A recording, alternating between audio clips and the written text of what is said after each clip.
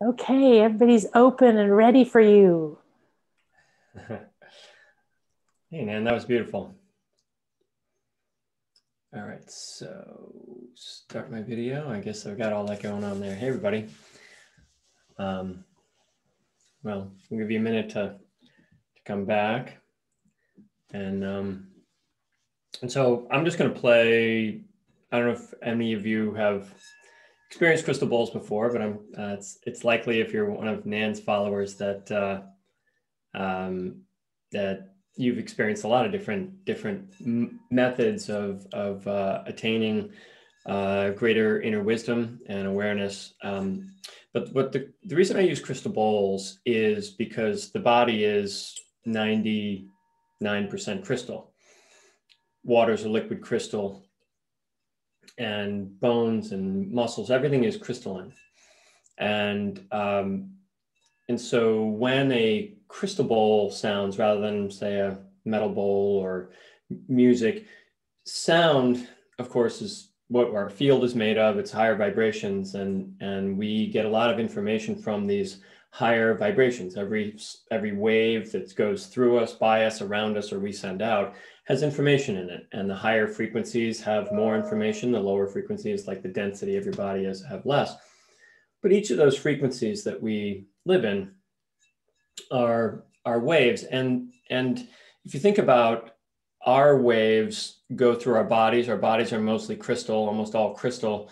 And so the waves that we can relate to, the higher information, are crystalline in structure. And so this is why I use crystal bowls and what we're going to be doing here today.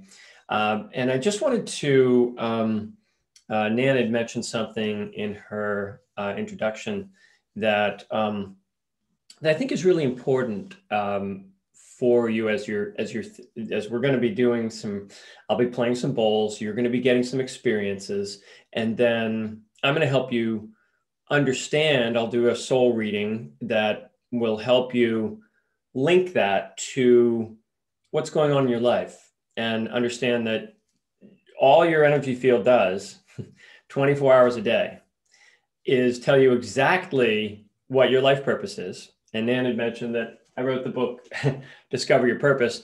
And the idea for me was just like, well, I have to write the book, Discover Your Purpose, because that's the only thing you're here to do on the planet, is to discover your purpose and to have a sense of purpose and a feeling of purpose. And your sense and your purpose is something that you feel. It's not something you think. So I know I have a very similar growing up story, as many of us do, to trying to be who I was supposed to be in the world, and and be a hard worker and all that craziness.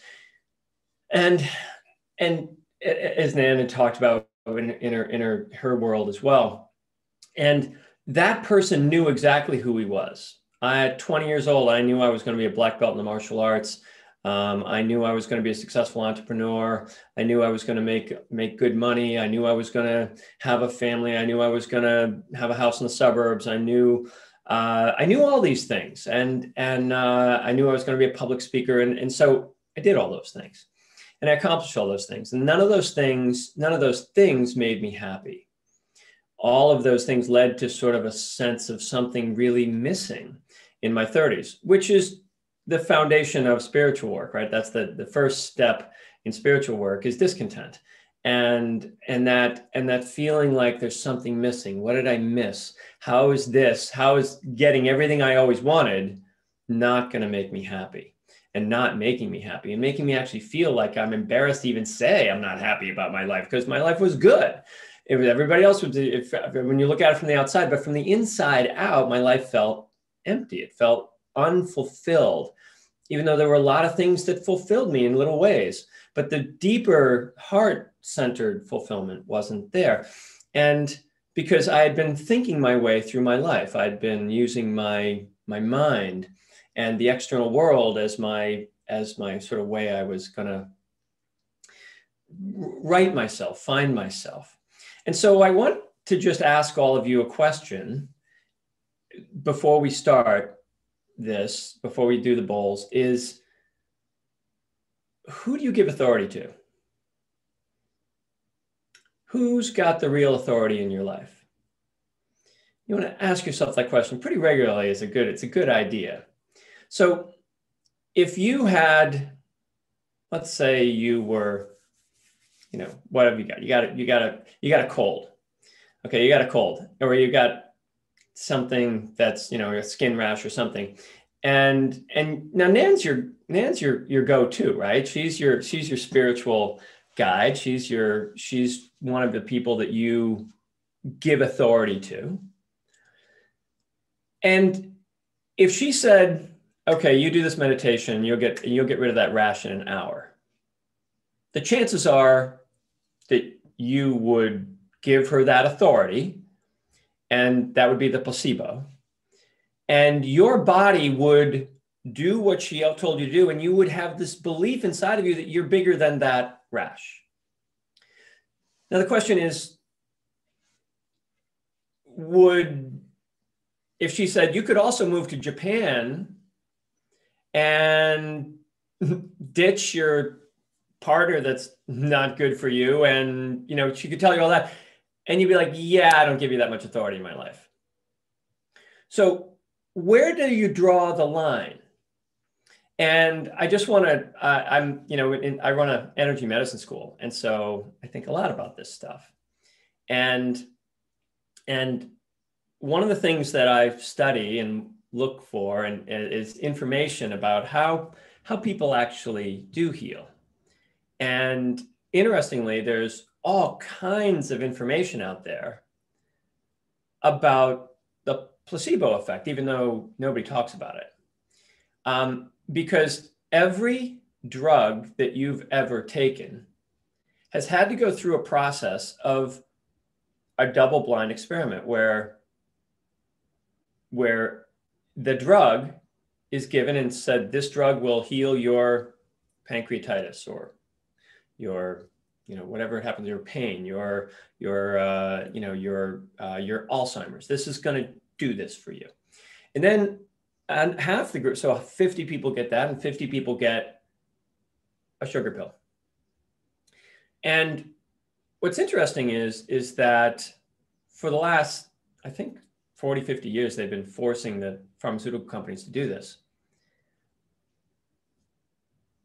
30 to 60% of those people that got the sugar pill healed better than the ones that took the medication. 30 to 60%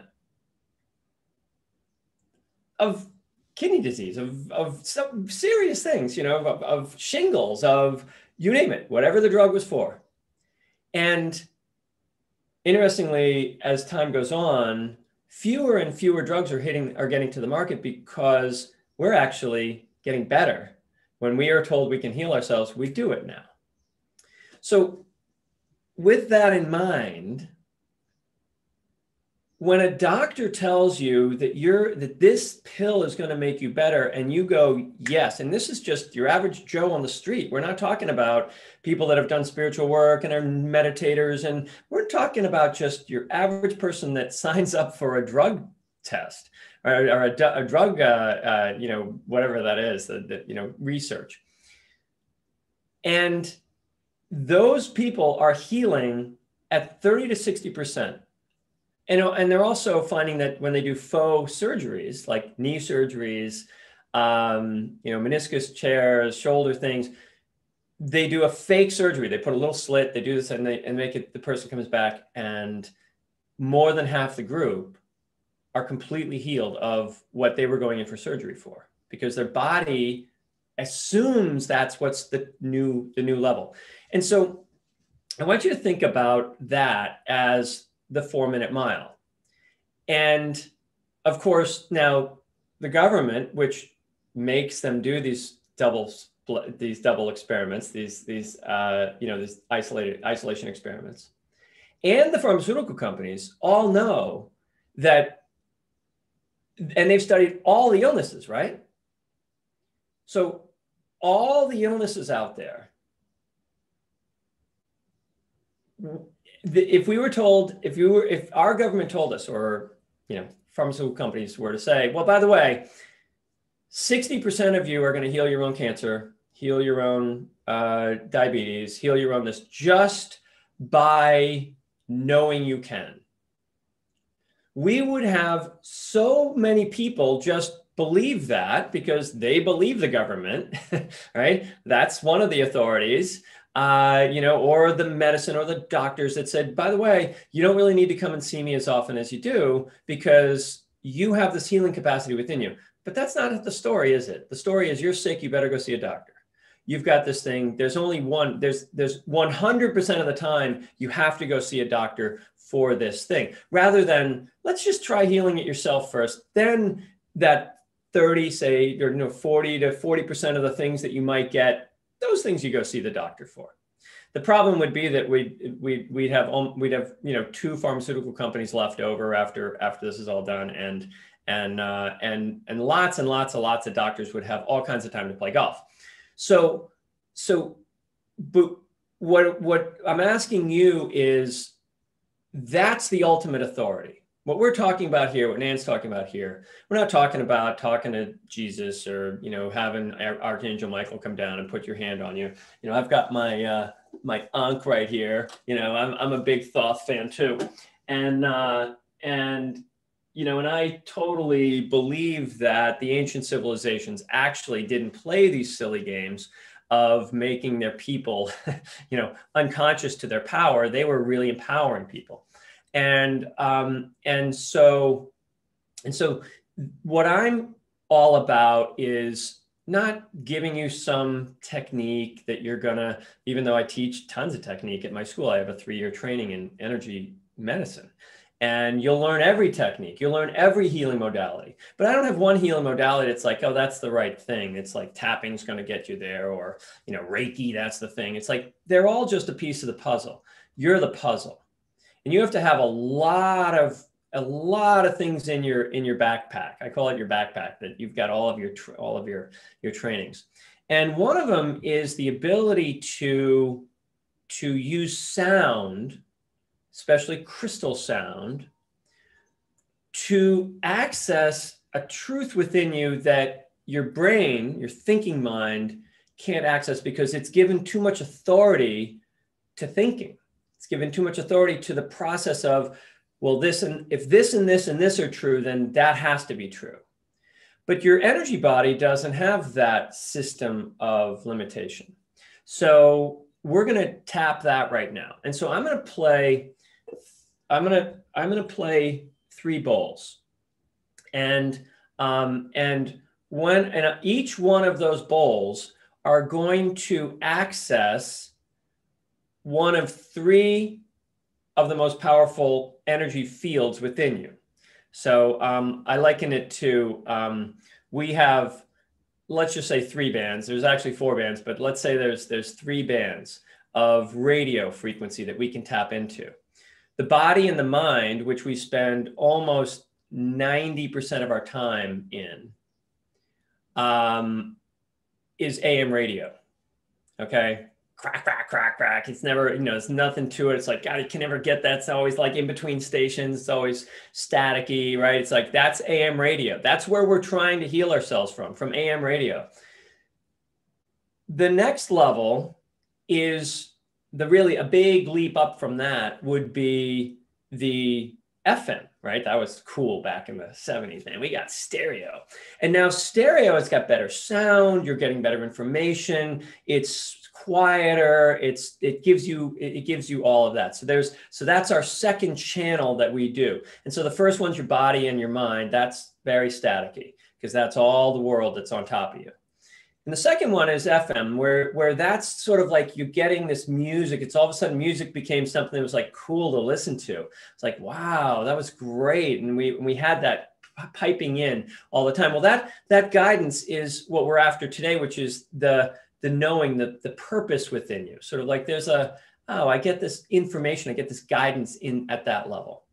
And then we'll just skip right to the highest level, which would be the pineal gland, which is actually operates at the same frequency that cell phones do. That crystal in your head is very similar to the crystals that they're using in cell phones. I think that this is why they're so pushing 5G, because it's going to mess with our pineal glands. And but that incredibly high frequency is a soul frequency. That's the knowing. That's the field within what you're in, and that information is direct and knowing. And so I'm going to play one bowl at each of these levels, because you got to get through the body and the mind to get to the other levels. You have to understand that you had to have AM radio before FM could even be possible. You had to have FM radio before shortwave or cell phones could be possible. It just was an evolution. We have to evolve the same way. Most people are living, 90% of the people are living in body and mind. We got to move through. So just as a background for what we're doing here. And so I'm going to start. So all you're going to do is you're just going to close your eyes. It takes no time at all to do this. As soon as you feel something, that's all you're after. Okay. So I'm just going to play the bowls here. And if you've never heard a crystal bowl here before, this is what I'll show you how it works. I tap it and I play it. Okay. And you relax. And so you can just close your eyes, and when this vibration, this sine wave that comes from the crystal comes through your crystal, and just think about your body as a liquid crystal, and all the light you shine is just shining through a crystal. When someone says, "Oh, I've attained my light body," well, that's just, you've just cleared your crystal so that light just shines out from inside rather than the light bouncing off of you like a rock. Okay, so this is the goal. We want to get some of that light to shine out of you, and you'll feel it when it comes through. Okay, so here we go. So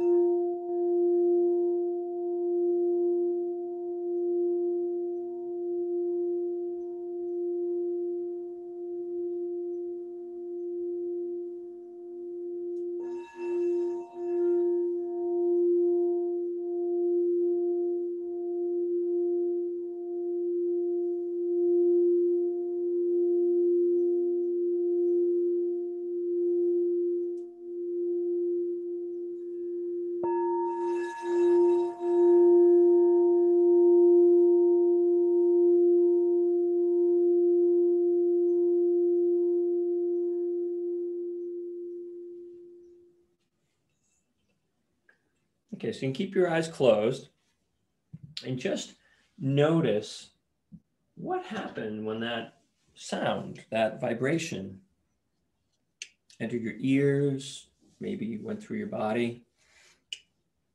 And just make a note in your head as to what that was, that first bowl. Now I'm going to play a second bowl.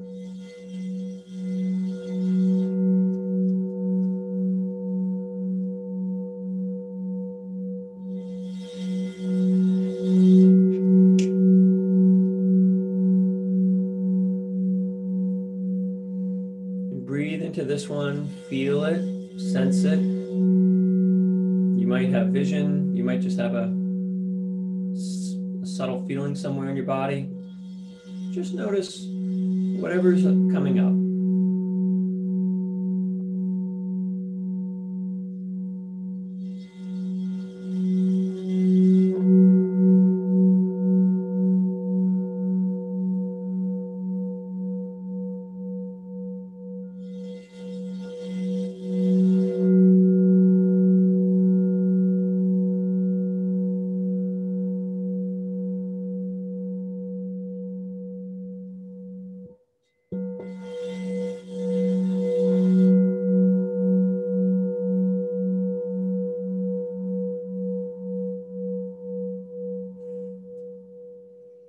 Keep breathing into that.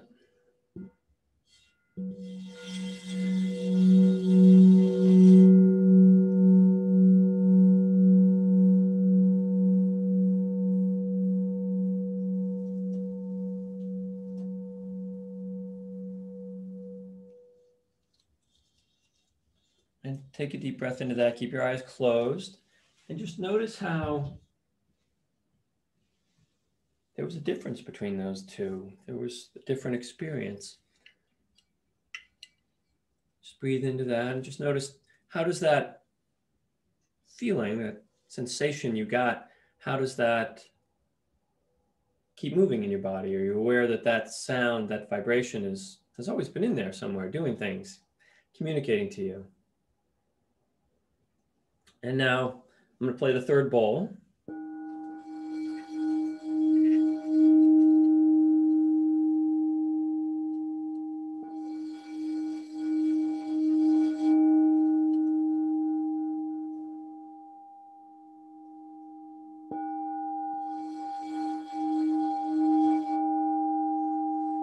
And again, just breathe into that, relax your body, close your eyes.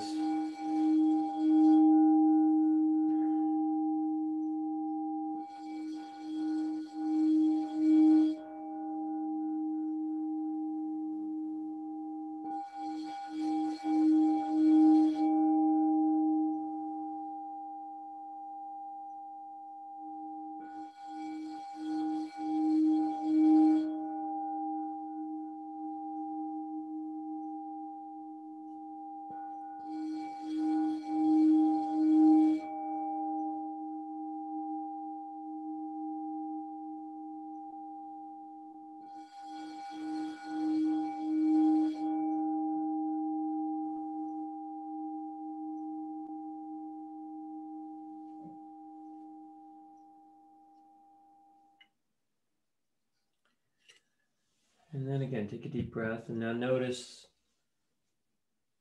what that one created in your system or brought your attention to. And so then think about the first one. What did the first one do? What did the second one do? What did the third one do?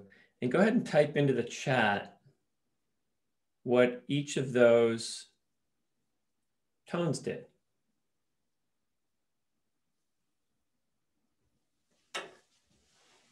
And then I'll do. Okay, wow, that was awesome. Okay, Tamara said, I felt joy and goosebumps all over. Thank you. Apurva said, I felt connected to the sky, ground, and earth, and myself. Cheryl said, more and more relaxed. Does anybody have a specific reaction to one particular bowl? Yeah, try like bowl number one, I felt here. Yeah. Bowl number two, I felt here. Part of intuition is, like Nan said, knowing what aisle of the grocery store you're in. Yeah. And so the first one I felt more, my heart. The second one I felt more in my head. The fourth one. So just being aware of that. Those are important. That's important information. If your energy field is guiding you 24 hours a day, it does not speak English. Yeah. How sensitive are you to the way it talks? And so whatever you felt was actually your life purpose saying that way. Okay. Even though your brain's looking over here, it's like, no, it's over here. So it was bringing your attention away from what the brain's job is to protect you. That's it.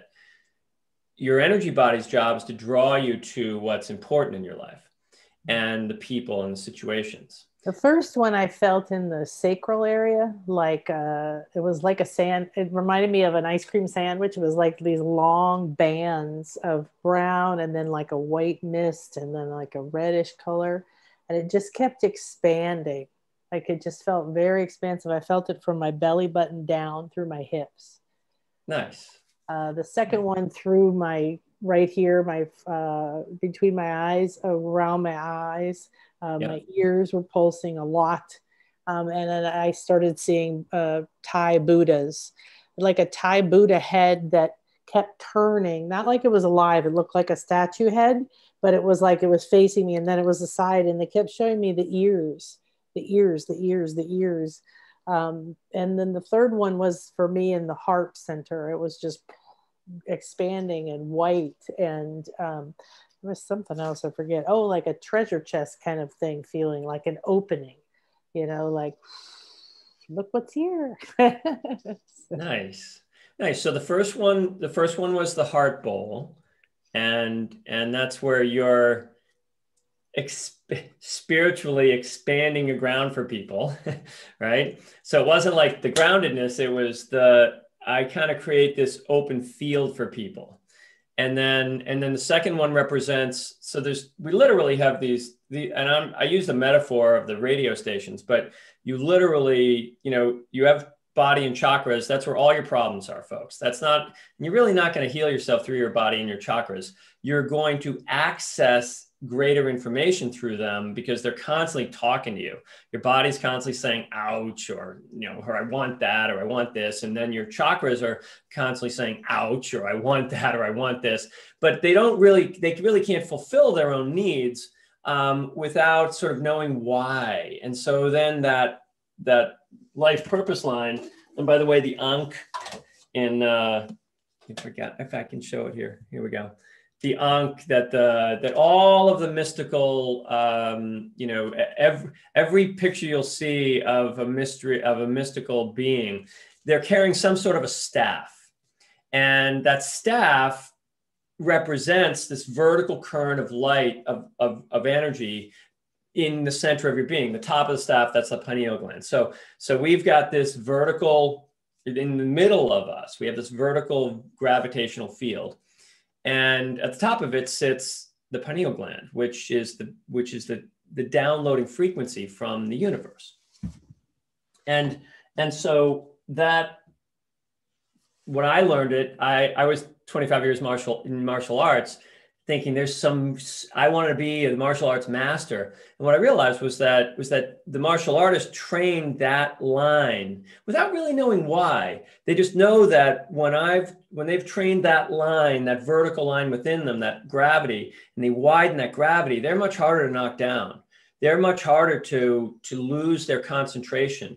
They can get beaten in a fight. It's not personal. It's the impersonal level of creation that they access. So they're much more focused, and they have much more attention on what counts.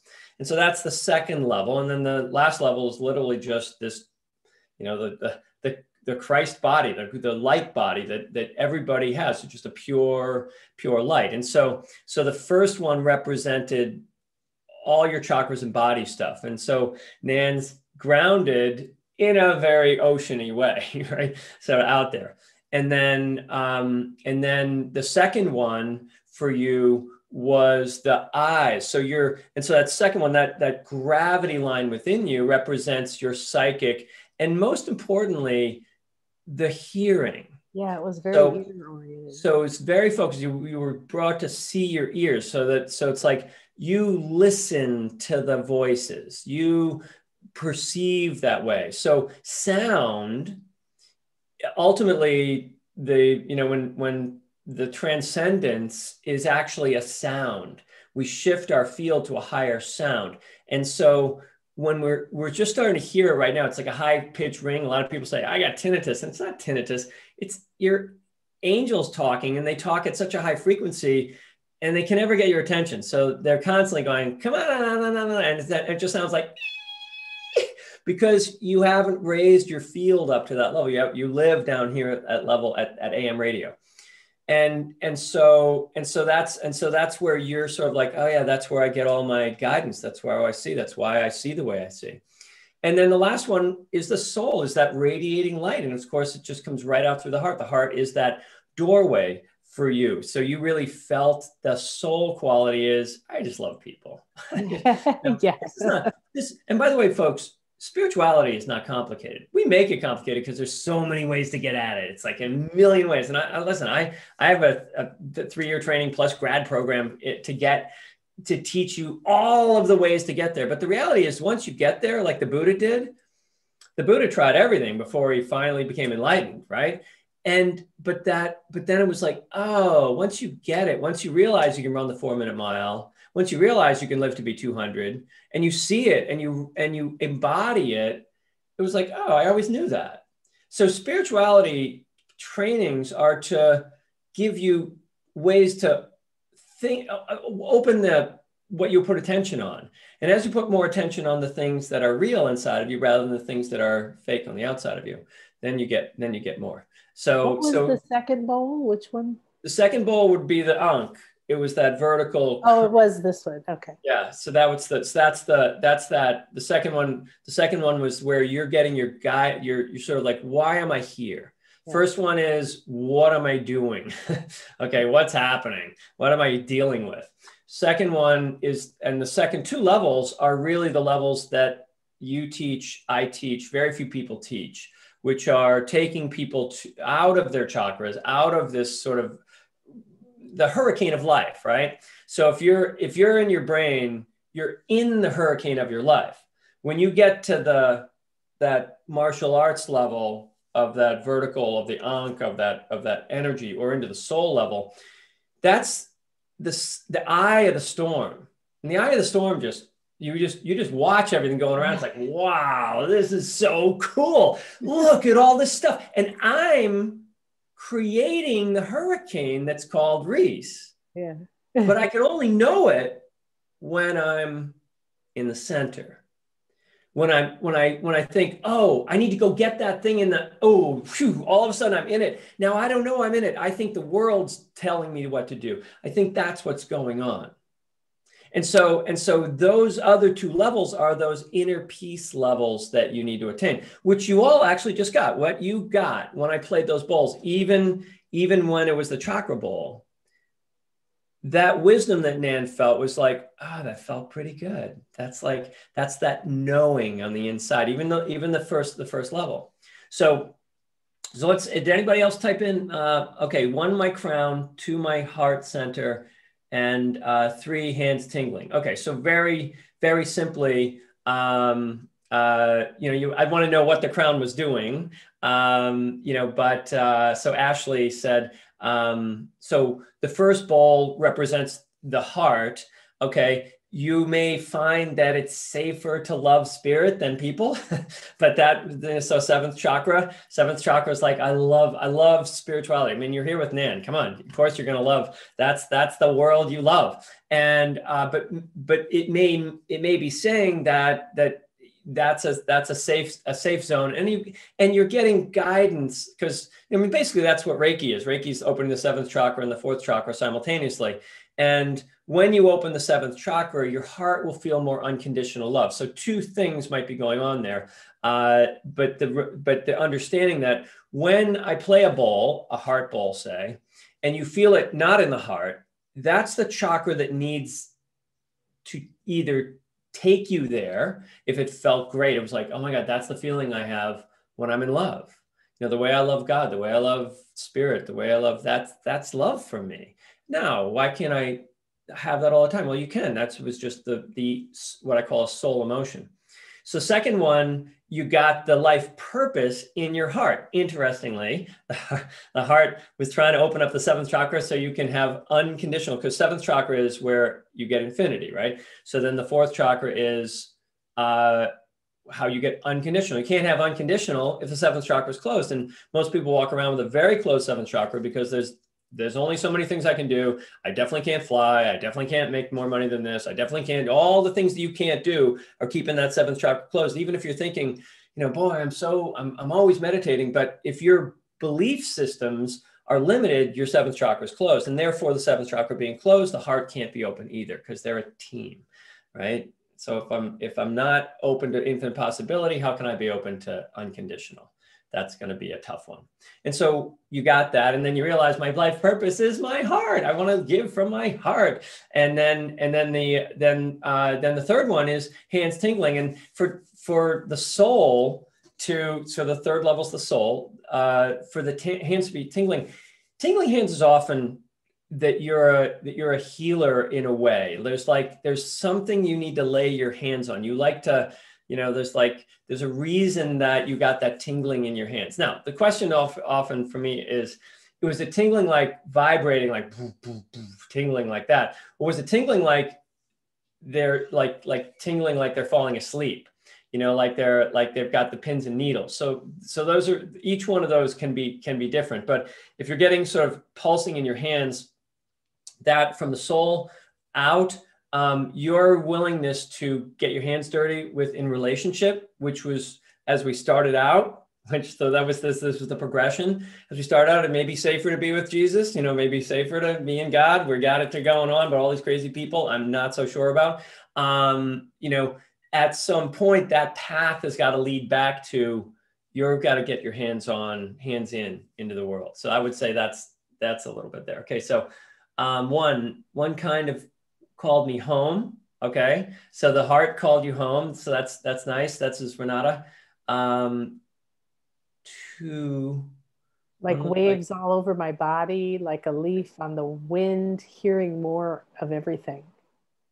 yeah. So the second one, so your purpose in life, so that represents that your gravity that you pull to you has much more to do with the ocean, with the feminine, with the sort of flowing with life. And then the third one spoke to my heart, like if my soul is side by side with my heart. That's That's great. that's what this bowl does. Okay. That's what you when that bowl plays, whatever you experience, when Nan experienced it, she experienced her heart opening up, and connecting out, so the idea that the heart is like the doorway for the soul to make it into the world. Okay, so the soul, if you picture these levels, there's the chakras out here, and then inside there's this gravity line that's your torus field, right? That's the second level. Okay, and that's inside of this physical body, and it's creating it. The physical body is just the last stop in the chain of vibration, and then deeper in at a deeper level is actually the entire universe. It's the soul quality. It's the soul consciousness. And that soul is your soul. We always think, oh, I've got this little soul, it's a little shiny thing. It's like your soul is probably as big as the biggest star in the universe, right? Or bigger. It's like, it may be bigger than our whole universe. You get outside of this universe and you see your soul. It's like, oh my God, that's the oversoul. So that soul needs a way to get into this universe. And one way it has done it is through the heart of humans, of men, of women. And so when you had that experience that they sit next to each other, they do. And it's how open your heart is to love that allows the soul to come through. And it's not just loving others, it's loving yourself and allowing others to love you. So love is this sort of three-pronged staff, right? I have to love me, and I have to love you, and then I have to let you love me. Those are all the pieces, and we get all mixed up in that. It's like the narcissist loves themselves and nobody else. The giver only gives but never receives, and then the taker only takes and never gives, and so the heart, to be whole, has to have all of those balances, and the soul sits right behind it and says, oh yeah, you can let them give to you and say thank you this time, rather than no, I'm good, I'm fine, don't worry about me, I totally have it, I'm good. Right? Oh, nice. All right. Here's one from Dana on YouTube. She said the first one was clearing and centering. The second one centered and lightened her solar plexus to her heart. Okay. And the third was the heart through the crown, all the way through to the crown. Heart through the crown. Nice. So the first one was more centered and enlightening, right? That was the first clearing, one? Yeah. Clearing. So centering. So nice. And so keep in mind, so this is, we can use this from lots of different angles. This is direct guidance from your soul. Just remember, when a crystal ball plays, everything you feel is direct guidance from your soul. You may not understand it now. You may not understand it for a year, but it's a direct voice as to how you're here to live your life. So you may be having relationship stuff going on right now that your heart has no problem understanding. Your brain can't figure it out at all. And so opening that heart and letting your heart think, and let your heart be the consciousness that makes the decision rather than your brain, that will give you much greater clarity in your life, because our lives are just a composite of relationships, right? It's not like, unless you live under a rock, your life or your relationships and how you deal with people. And so getting clarity in that. So coming into the heart, very, very important. So that was huge. And that feeling that you got is a feeling that should permeate your relationships, should permeate your life.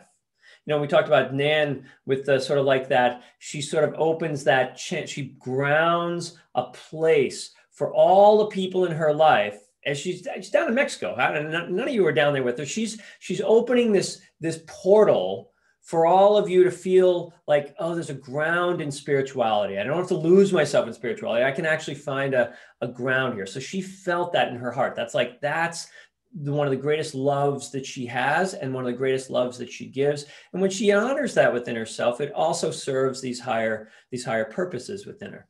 And so that first one was that alignment. The second one was then the second one, which would be the deeper.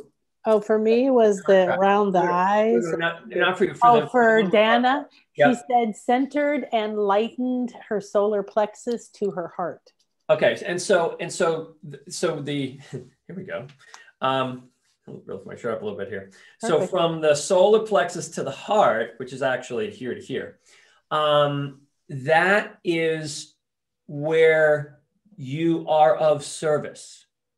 Okay, when my heart is locked with my third chakra, I am here to give service, to die for a cause, to do what my heart tells me. My heart's calling tells me this is what I do. And you will feel the most fulfilled when you are giving, if that's there. And so again, you know, if you all think about what you experienced, sometimes you'll feel pain too. So we want to get some of those, you know, because that's where you're blocking it. But when you have a really nice feeling, like it's like, oh God, that felt so good.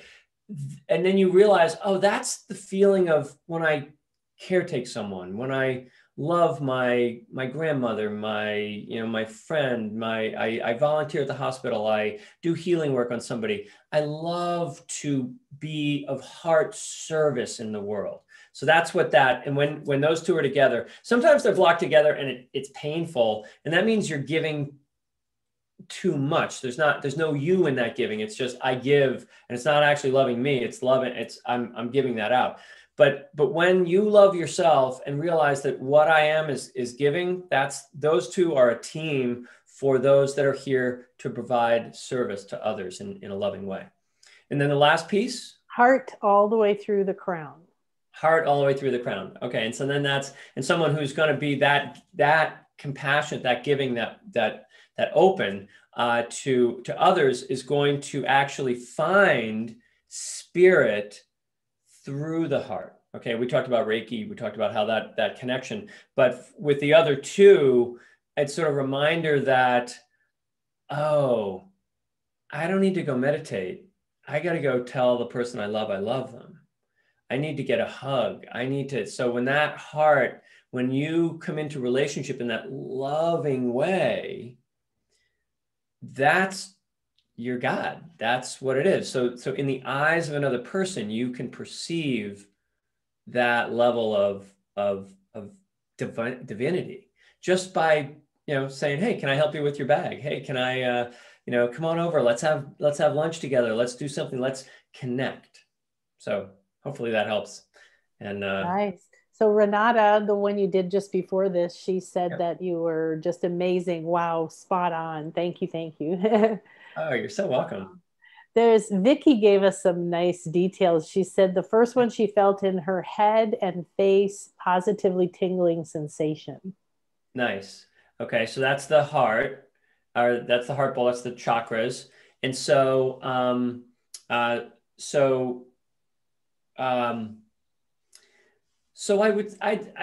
say, Vicky, how often in relationships do you smile when you don't mean to?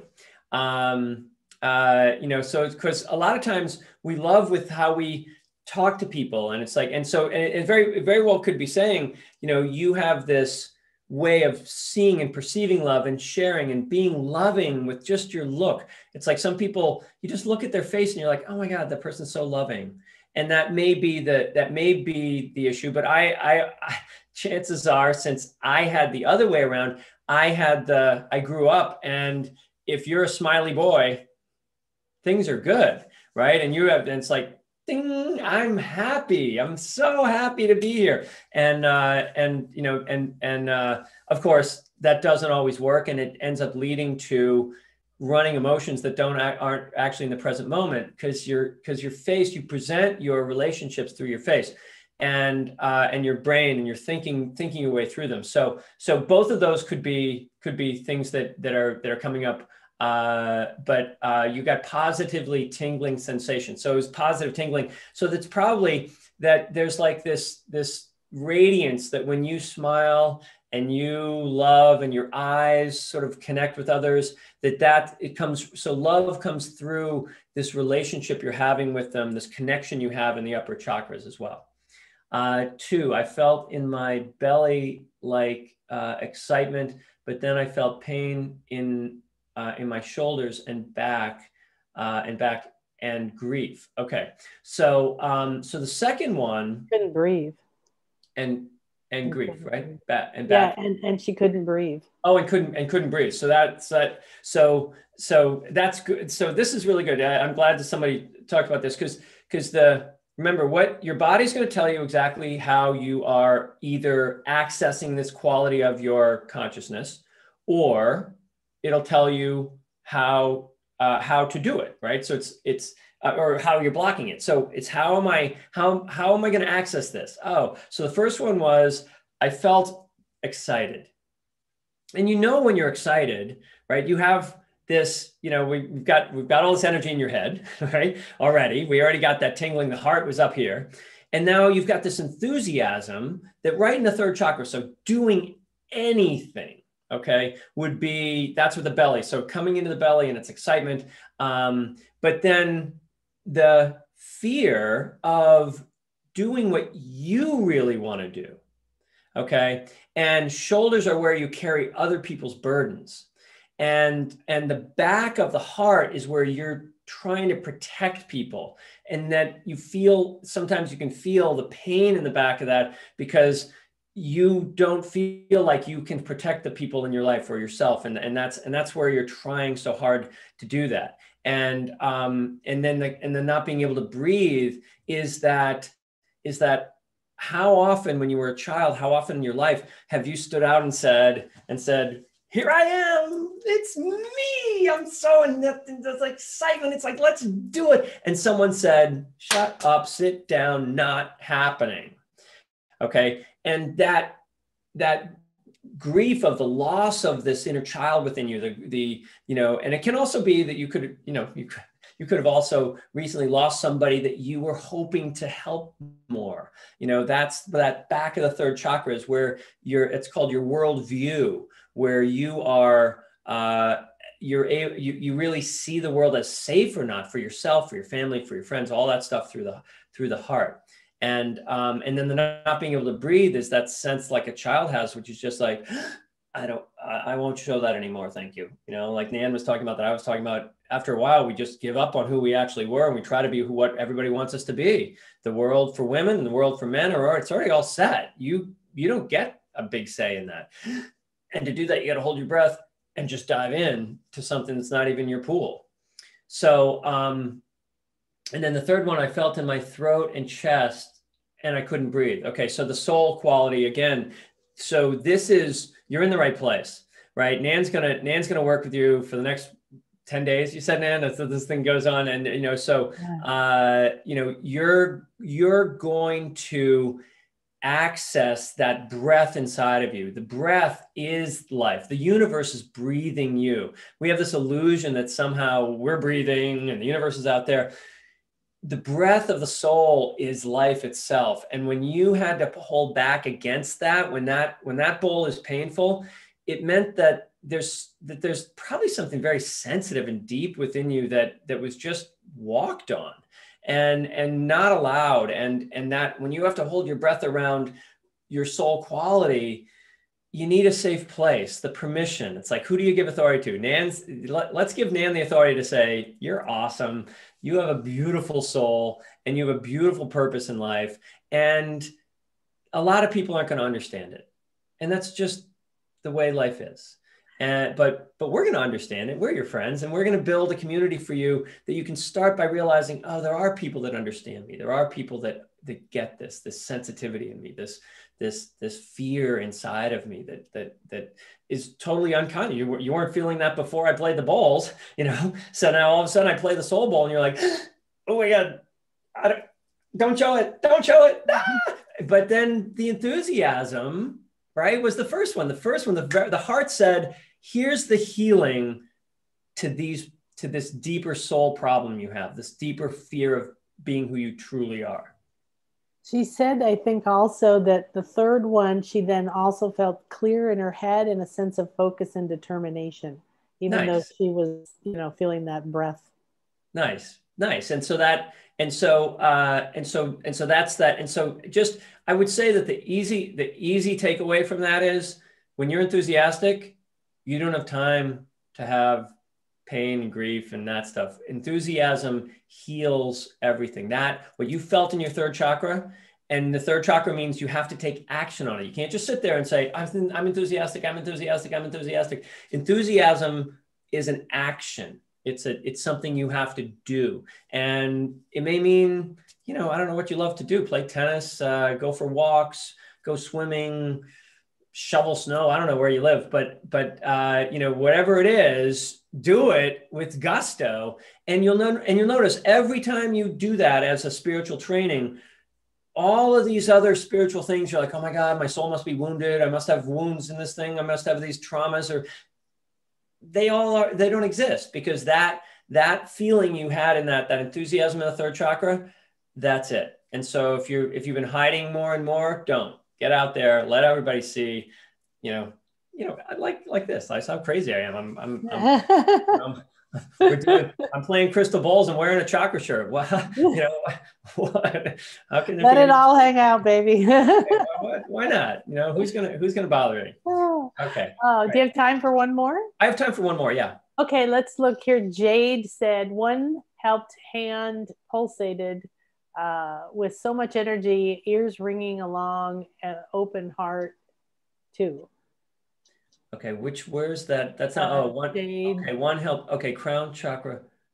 So Jade had something up above too. All right, so one helped hand pulsated with so much energy. And ears ringing. And opened her heart. Along open heart too. Okay, so let me get this straight. This was a little cryptic there, Jade. So pulsating in your hands with ringing in your ears and the heart opening up. Okay, so that's just what happens when you get guidance, right? So your heart, the guidance your heart gives you. So this is, remember, that first bowl represents the chakras, and your chakras are there. It's not just like you have to go up to your soul to get information. You got to get, that's the alignment. That's the unbendable part of you. Your life purpose line never changes. It's like, go ahead and build it, build another arm, right? That line is unbendable, non-negotiable. Those are your contracts. Your soul has one quality, one personality, one thing. And for every lifetime, it's always had the same character. Okay. So, but you're here in the chakras, we're different every lifetime. And so that heart chakra itself is actually the central chakra. That's actually down here, the green one. It's the central chakra of all 7 chakras. And you want to think about your chakras as just basically naughty children, right? They want what they want when they want it, and they don't really like each other. The upper ones are thinking the lower ones are too, basic, and the lower ones are thinking you're always in your head. What's the matter with you? You're always trying to get out of here and think everybody's fine. But down here in the first chakra, we know everybody's a jerk and we're going to have to defend ourselves. And so they're always talking like that. But the heart sits in the middle and goes, oh, children, come here, you little smudgies. I am going to make it good for you. And that's what the heart's doing. Now, you can train the heart to actually like the wounds and honor the wounds in your chakras, or you can train the heart to be this power within you, which you just felt, which was like that guidance that your heart gives you. And they say that there's a thing called heart math. Some of you may have heard of it or not. They talk about how, I don't know how they're getting this research, but they're saying that more information travels from the heart to the brain than from the brain to the heart. And so when your heart, when your brain isn't actually saying, shut up, I got this, when it's actually open and that voice comes up and you hear it in your ears, it's going to really, want you to grab a hold of life. That's the healer again. That's that energy in your hands, that pulsating energy in your hands. That's where you connect into the world and create. And you may be a very creative person too. A lot of energy in your hands doesn't necessarily just mean healing. You may heal through sculpting, through whatever you do, writing, everything your hands can do is what comes radiating out through your healing. So, so that was the first bowl. That was pretty awesome. Second bowl, open the back of your head and crown, and third eye with heart filling up with areas with golden light, and the third felt heart expand. Oh, third bowl. Don't get there yet. Yeah, okay. Don't go. So yeah, the second one opened the back of her head and her crown and her third eye, and her heart was filling up those areas with gold light. Nice. Okay, so so your life purpose. So again, the heart was the one. So you've got all this spiritual wisdom that was going, your head, back of your head just fell off, right? Just like, boom, no problem. My life purpose is just to have this wide open up here. But again, as long as it came from the heart, then it became golden. Like our whole purpose in life is to become gold, the golden light, radiating light, where we have it within us. We just have this meat shell around it, which blocks it. But inside of us is this radiating light, and it's going to come for you through that love, through loving, through that. And even the spiritual world needs your heart to ground it. And then the third bowl, felt heart expand with alignment in body, and felt joy, peace, and grounded. Okay. So again, back to the heart. So the soul was like, okay, so it's like my heart even expands more. So the soul comes right through, like we talked about before. That soul comes through here, and your safety is when you're in love, when you're holding that love, and just if you could feel that peace and groundedness, and I hope for each one of you, on one of the bowls, you felt a sense of something settled.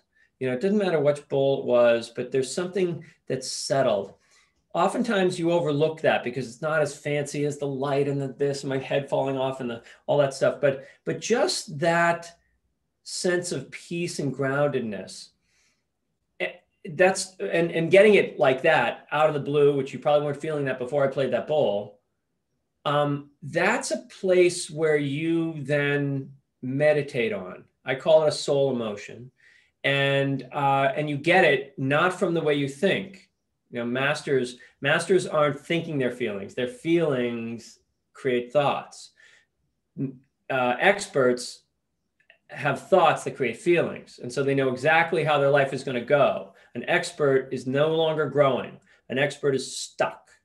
Okay, a master is constantly feeling and realizing, oh my God, I've never seen this twice, including the person they have lived with for 60 years. It's like, oh my God, who are you? This is amazing. So each moment is brand new to the master. And so that heart space for you, and the alignment in body, and felt that peace, that's sort of like, oh, my body comes into peace that way. And so whenever you get caught off, or your relationships are upsetting, or your body's sick or something like that, you practice that subtle little feeling of peace and groundedness. And you can use all kinds of things. You can anchor it on your body. You can pinch a part of your body, or you can tap it into your body. You can do all of that stuff. But once you find a place that's like inner peace, it's like a lot of people are like, well, I want to get a better job. I want to better this. I want to do that. And no, you don't really want any of that crap. You want to feel that inner peace. And if you just felt that inner peace, that's what the master would say, I got my marching orders for the next 10 years. For just that one feeling you just had right there, a master might take that for 10 years and just expand on that and expand on that and expand on that. So, all right. So I know my time's got to be up here. So, so awesome. Man, so Vicky said, thank you very much. It really resonated. Thank you for the support. You're welcome. Yeah, this is one of my favorite things. I love this. So I'm sure everybody got like an amazing experience of seeing and feeling and understanding a different level of how much information can come through. Like you said, so quick and so simple. And so at the very beginning, I asked you the question, who do you give authority to? How often have you felt those feelings and just been like, whatever, I got to go to work? Yeah. And what if you actually realize that those little feelings that didn't come from your brain, this is the key, a real healing feeling never is experienced twice. And it never comes from your brain. It comes from the field that you are. And when you feel it, okay, that's it. And so when you give those subtle feelings more authority than what you have believed your whole life, what you're doing, you can, like I said, live to be 200. You can, like the placebo effect, you can be one of those people that you don't have to go to the doctor to lie to you that he's giving you the sugar pill, right? You can go and you can just decide, I'm bigger than this. I've felt what it feels like beyond this illness that I have, beyond this relationship problem I have, beyond this terrible career choice I made for myself. I can feel this truth. And what you'll find is that almost instantaneously, when your body resonates with that and creates those kinds of chemicals in the body, rather than the ones that are based on fear, you heal incredibly fast. So let's give what you just felt some real authority in your life. Yeah, I love it. That's your sugar pill, right? That's your placebo pill. You can give it to yourself. You already have it. You already have it inside. And Nan's going to give you 100 different ways to know that you can do this. Absolutely. Oh, thank you so much, sweetie. Anything else you want to add before you move on? Just you're gonna put my web page on there, or yes, absolutely. And yeah, make sure that you check out Rhys and everything he's doing and all that fun. And somebody just asked for a recording and said, yes, we absolutely recording it, and it's streaming right now live on YouTube, and it'll be instantly available as soon as we complete. So nice. Yeah. So my website's it's really easy. The number 4dhealing.com. And that's just got some stuff that I, about the school and about stuff like that I do, but it's fun. And I also sell crystal bowls, and all at every one of the chakra levels, and they're blended together, and healings that go with them. And they're very powerful, just tools to use in your practice behind your healings, behind your meditations. They're awesome. So check all that out. And thank you, Nan, so much for having me on. And everybody, enjoy.